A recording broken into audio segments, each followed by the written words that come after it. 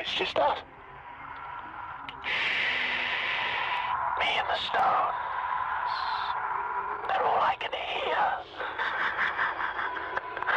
Much louder now, but not hurting like people's voices used to. Loud, but far away. So far.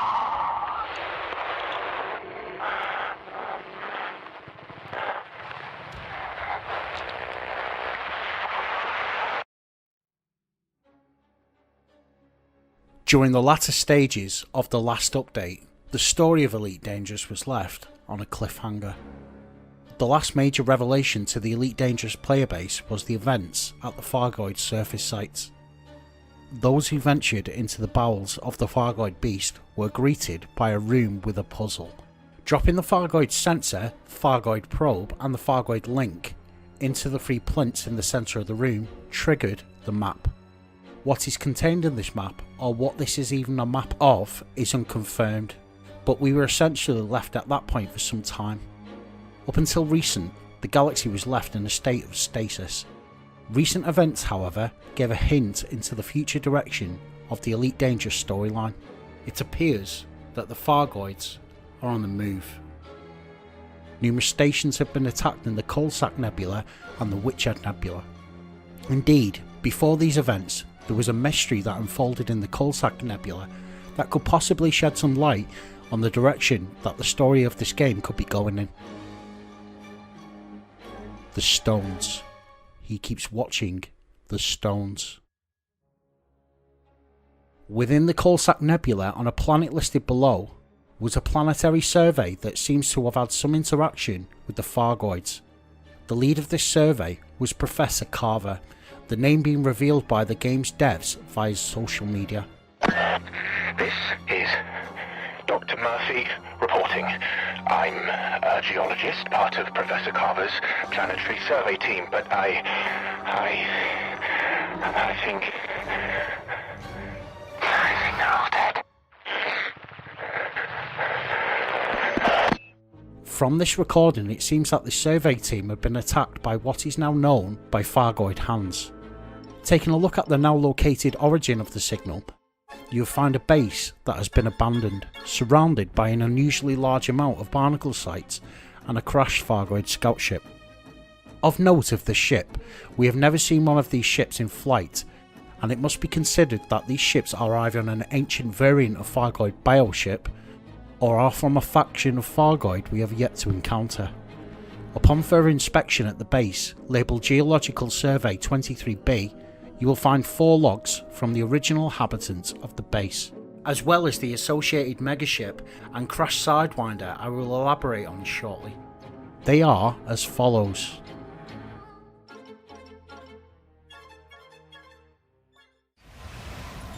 This is Professor Carver, 27th of October, 3111.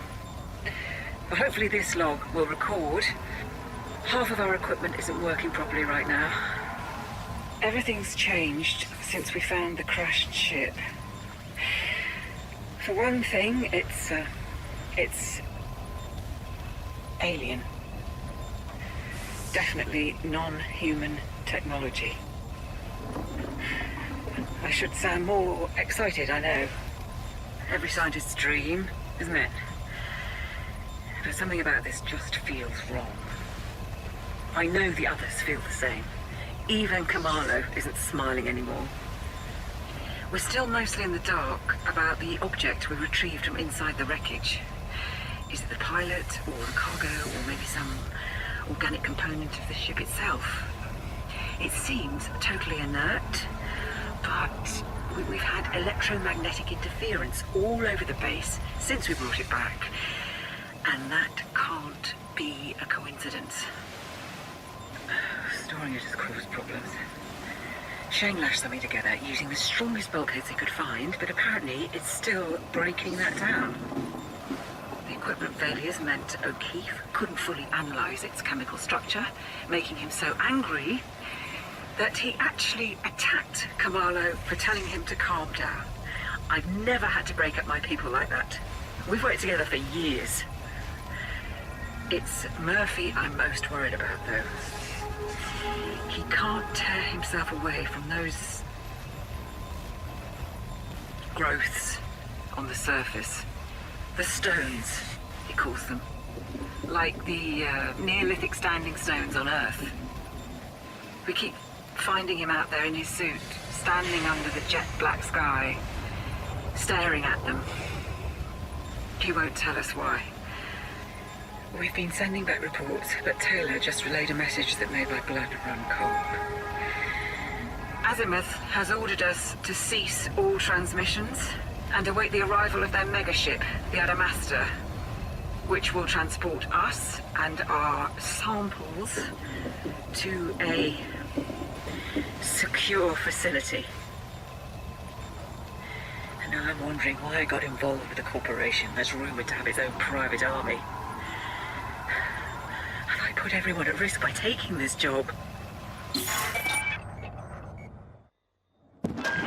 I'm going to try making this log again. While the data drives are still functioning, they could go again at any time. Nothing works properly anymore. Especially not us. It's the 30th of October.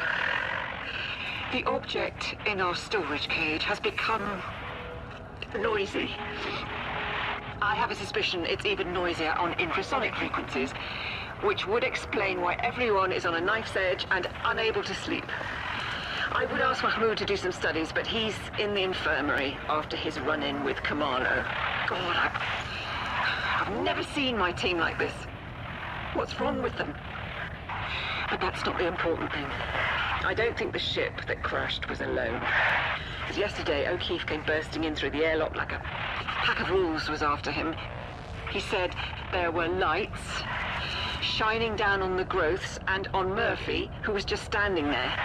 He couldn't make out where they came from, only that the nebula above us seemed to be moving. He said the night was opening up like a giant mouth. I don't know where Taylor's got to, so I tried the comms beacon myself and found a message saying the Adamaster has arrived in the system. That should be a relief. But actually, it twists my gut. What are Azimuth going to do with the thing we found? And what are they going to do with us?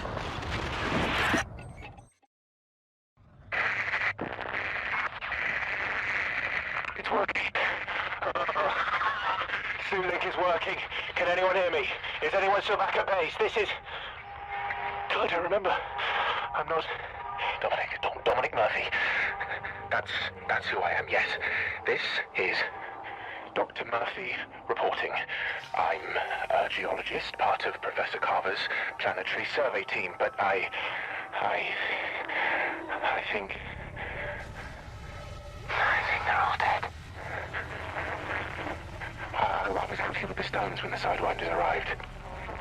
I watched them come down like birds with broken wings. Lights flickering on and off, just like the base had been for days. There were soldiers everywhere with rifles and armored suits. I think they loaded the cage onto one of the ships, which took off again, just about. And then a few of the soldiers. I saw the flashes inside the buildings, gunfire. Something exploded. The main comms relay, I think, but then came more lights, strange lights, like that rippled like snakes, and that blackness again, opening up in the sky. They tried to get away on foot, running out to where I was hiding, and I thought he'd see me. But then they were all flying up like toy soldiers, thrown in the air, pulled up into the lights.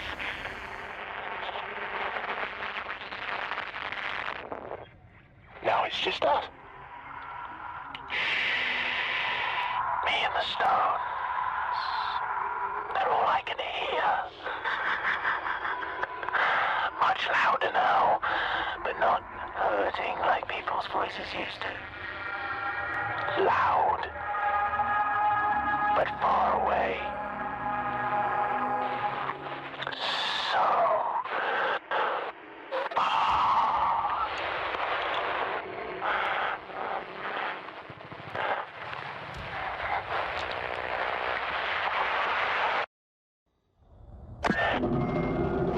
This is Professor Carver. I've just got time to record this before the others join me, in case we don't make it. Things went to hell on the Adamaster much faster than before. When it left orbit without picking up the rest of my team, we were furious. Weirdly, so were some of the soldiers, mercenaries, just like the rumors said. They demanded to know why half their squad had been left behind, but the bridge crew refused to explain anything. And then the power fluctuations started. Shane O'Keefe and I knew what was coming. And the cage they've constructed in the cargo hold isn't going to be strong enough. Even the Adamaster's hyperdrive keeps failing. They're making emergency repairs to it now, while we're passing through some unexplored system with half the ship in darkness. And this sounds crazy, but even though the nebula is 300 light years behind us, it feels like it's reaching out, trying to drag us back, swallow us whole. When all the security systems crashed, I took my chance and broke into one of the Sidewinders, and we're going to jump ship. I need to get my people out, the few who are left, and I'm the reason they're here, my stupid, selfish greed. I can hear screaming, shooting. It's happening again. Where's Shane and O'Keefe? I think the hyperdrive is coming back online. I need to launch. Damn it, where are they? I'm sorry. I have to get out. Oh, God. I'm so sorry. It's Friday, the 20th of October, 3111. This is Professor Penelope Carver. I'm making this log for our own records, and keeping it separate from the official logs we're sending to our employer. Why? Well, I'm still concerned about working for Azimuth Biochemicals, to be honest. Obviously, we take on all sorts of contracts for a living, and this isn't our first top-secret commercial project. But the rumours about this corporation... Anyway, my people can handle anything, I'm sure. Azimuth are certainly paying well for our skills. I'll give them that. And those debts of mine aren't going away by themselves.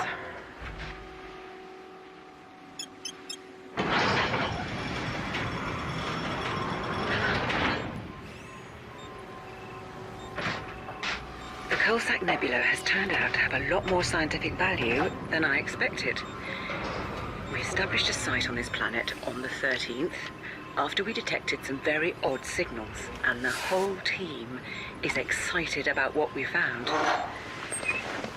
That's another reason I'm logging this. If this turns out to be a big discovery, I want our names attached. The things growing here are like nothing on record. Definitely organic life, but with crystalline or metallic elements and chemistry that even O'Keefe can't make sense of. They're giving off signal bursts on all sorts of frequencies.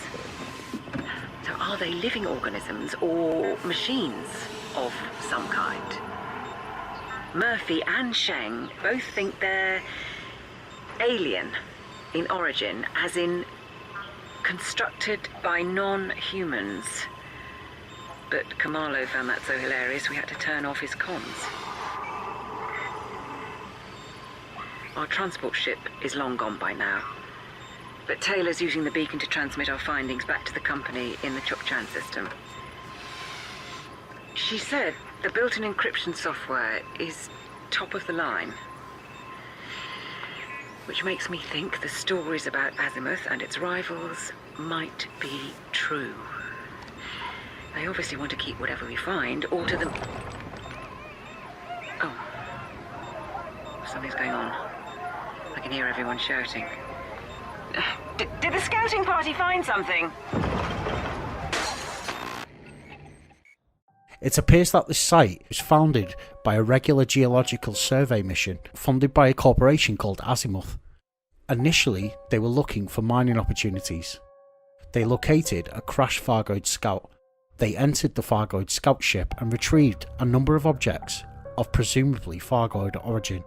After a period of time, these devices began to interfere with the base's systems and with the crew themselves. The crew encountered what they called the Stones. We now know them as Fargoid barnacles. A number of the base's personnel became oddly obsessed with these stones and began to congregate around them. There was an inclination from the logs that this team also found something else, which seemed to alarm the crew. After reporting their findings to senior personnel, Azimuth dispatched a megaship to retrieve the anomalies that Professor Carver's team had recovered. As the survey team awaited the arrival of the Azimuth megaship named the Adamaster, Professor Carver's team began to encounter what appears to be Fargoid bioships. One crew member who had encountered lights described the sky opening up like the maw of some great beast. As the Adamaster arrived at the site, the objects that Professor Carver's team had retrieved from the crashed Fargoid ship had become active. Upon arrival, the retrieval team began to load the samples onto Sidewinder transports. Fargoid bioships instantly shut these ships down, causing their demise. The security detail that was left on the surface were abducted by Fargoid ships, leaving one crew member on the surface, Dominic Murphy. Dominic describes a firefight at the base between the Adamaster security detail and the Fargoids. He witnesses Fargoid vessels bringing down the Sidewinders with what is apparent as a Fargoid disabling field. He also witnesses the infantry being pulled into the Fargoid ships and taken, but most curious is his last remarks. Now it's just us. Me and the stones. They're all I can hear. Much louder now, but not hurting like people's voices used to. Loud, but far away.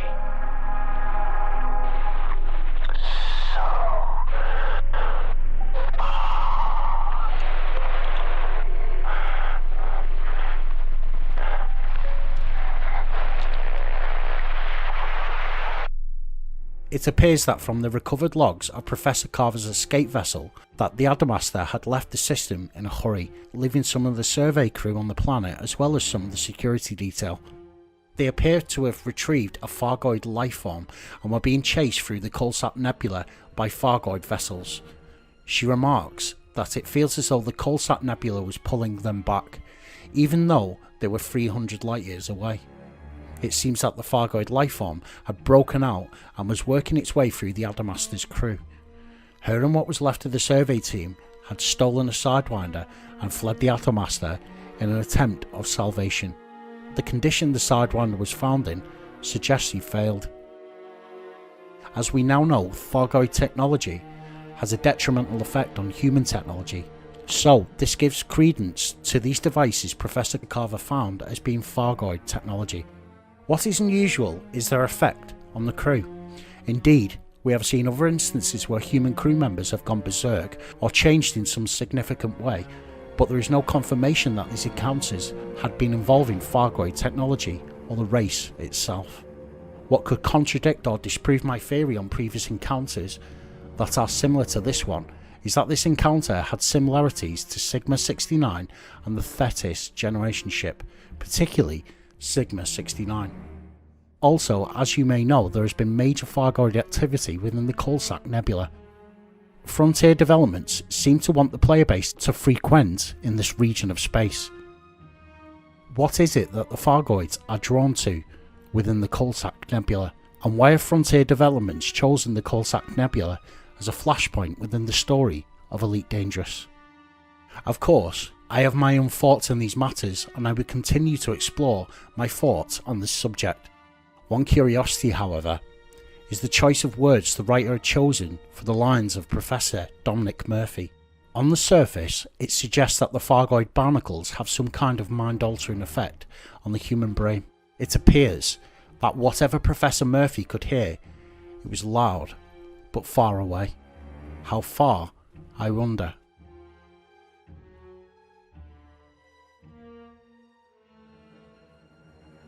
Thanks for the watch. A massive thanks to Bandy Bushido for supporting the channel. If you would like to become a supporter of the channel, please follow the Ko-fi link below. If you like this video, please make sure to drop a like. If you have thoughts on this subject, please let me know below. Until next time, cheers and 07.